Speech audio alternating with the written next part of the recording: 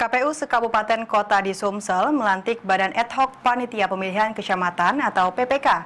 Setelah dilantik, para PPK terpilih harus langsung bekerja, khususnya dalam menjalankan proses tahapan pemilu 2024. Setelah acara ini, kita Panitia Pemilihan Kecamatan atau PPK yang telah menjalani proses tes oleh KPU Kabupaten Kota dilantik oleh masing-masing KPU Kabupaten Kota.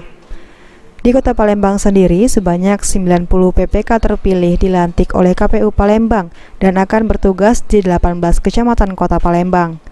Selanjutnya, setelah dilantik, PPK terpilih akan langsung menjalankan tugasnya, khususnya dalam proses seleksi PPS serta tahapan pemilu lainnya, yaitu pemuktahiran data pemilih.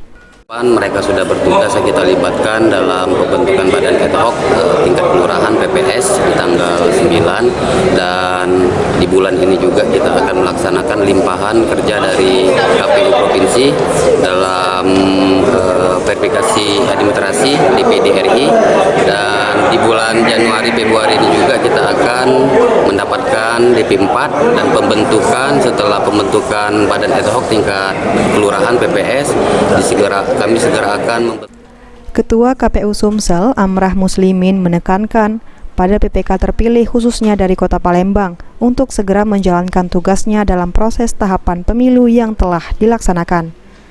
Setelah dilantik ini mereka tetap bekerja dengan baik ya.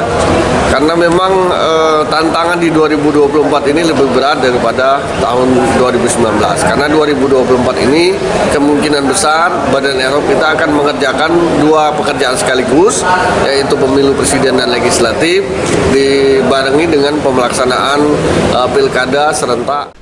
PPK sendiri mempunyai peran yang sangat penting dalam pemilu 2024 mendatang karena berperan sebagai penyelenggara di tingkat kecamatan.